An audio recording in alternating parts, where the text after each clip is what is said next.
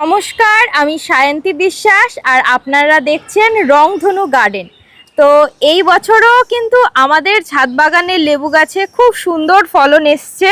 দেখুন, এটা আমাদের পাউকিন্নু ওয়ানের গাছ।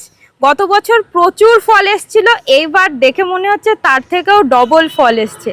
প্রত্যেকটা গাছেই দারুণ ফল এসছে এইবার।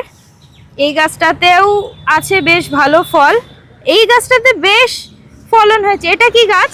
এটা অ্যাফোরার ম্যান্ডারিন। দেখো ছোট্ট গাছ, মনে আছে? এটা এই 1.5 বছরের গাছ। হ্যাঁ, এটা বেশি দিন বয়সও হয়নি, 1.5 বছরের গাছ, তো না। প্রচুর ফল এসছে। দেখো, এটাও অ্যাফোরার ম্যান্ডারিন, এটারও বেশি বয়স না, ওর থেকে হয়তো 6 মাস বেশি। এটাতেও অনেক ফল ধরেছে। হ্যাঁ, এইটাতে তো প্রচুর ফল ধরেছে। এটা নাগপুর M4 বা নাগপুর সিডলেস বলে, এটাতেও প্রচুর ফল এসছে এবছর।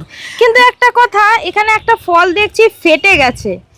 আর তোমার কমেন্ট বক্স চেক করছিলাম, ওখানে অনেকেই বলছিল যে তাদের লেবু ফলগুলো ফেটে যাচ্ছে। এটা কেন হয়?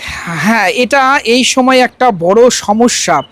এই যখন গরম শেষ, বর্ষার শুরু, এই সময়টা মূলত এই লেবু গাছের ফল ফেটে যাওয়ার সমস্যা দেখা দেয়। এর স্পেসিফিক বেশ কিছু কারণ রয়েছে। কারণগুলো যদি আমরা জানতে পারি তাহলে হয়তো ভবিষ্যতে এই ভুলগুলো আমাদের হবে না। এবং অবশ্যই ভিডিও শেষে কি কি করতে হবে, কি প্রতিকার, সেগুলো নিয়েও আলোচনা করব। প্রথমে চলুন কি কি কারণে হয় সেগুলো একটু জানি। প্রথমত বলবো, অনিয়মিত যদি আমরা জল দিই, গাছে যখন আপনি জল কম দেবেন, ধরুন প্রচুর গরম পড়েছে, আপনি একদিন গাছে জল কম দিলেন, তখন দেখবেন ফলগুলো একটু নরম নরম হয়ে গেছে, অর্থাৎ তার মধ্যে রসটা কমে যায়।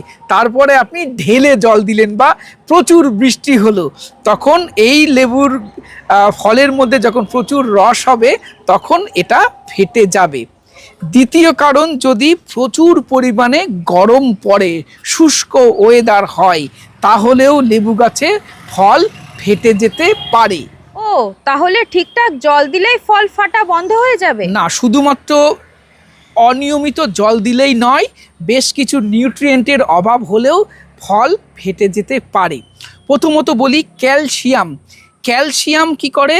এই ফলের খোসাকে শক্ত করতে সাহায্য করে। ক্যালসিয়াম যদি অভাব ঘটে তাহলে ফল ফেটে যেতে পারে। দ্বিতীয়ত বলি পটাশের অভাব যদি হয়। পটাশের কাজ যেমন গাছকে শক্ত করা, ঠিক তেমনি ফলের গুণগত মানকে বাড়ায় এবং এই খোসার দৃঢ়তা বজায় রাখতে সাহায্য করে। তাই পটাশের অভাব হলেও ফল ফেটে যেতে পারে। তৃতীয়ত বলবো, বোরনের অভাব ঘটলেও ফল ফেটে যেতে পারে। বোরনের অভাবে ফলের স্বাভাবিক বৃদ্ধি ব্যাহত হয় এবং সেই কারণে ফল ফেটে যেতে পারে। মূলত এই 3টে নিউট্রিয়েন্টের অভাব ঘটলে গাছের ফল এরকম ফাটতে পারে। এছাড়া বলবো আর একটা নিউট্রিয়েন্ট, যেটা নাইট্রোজেন। এটা যদি এই অবস্থায় প্রচুর পরিমাণে গাছকে প্রয়োগ করতে থাকেন তাহলেও গাছের ফল ফেটে যাবে। অনেকের আবার এই বর্ষার শুরুতে ফাঙ্গাস আক্রমণ প্রচুর হয় এবং ফাঙ্গাস আক্রমণের কারণে গাছ দুর্বল হয়ে পড়ে এবং এরকম ফল ফাটতে শুরু করে। ফাঙ্গাস আক্রমণের কারণেও কিন্তু ফল ফাটতে পারে। আচ্ছা, বুঝলাম। তাহলে এখন উপায় কি, আর এখন কি করতে হবে?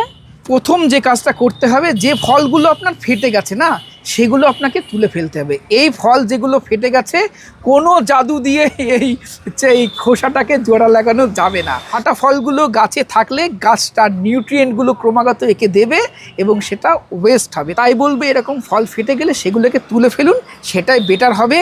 এবার যে কাজগুলো করতে হবে, আমাদের বাকি যে ফলগুলো আছে আর একটাও যাতে ফল না ফাটে, সেই জন্য আমাদেরকে প্রথম কাজ করতে হবে, নিয়মিত জল দিতে হবে।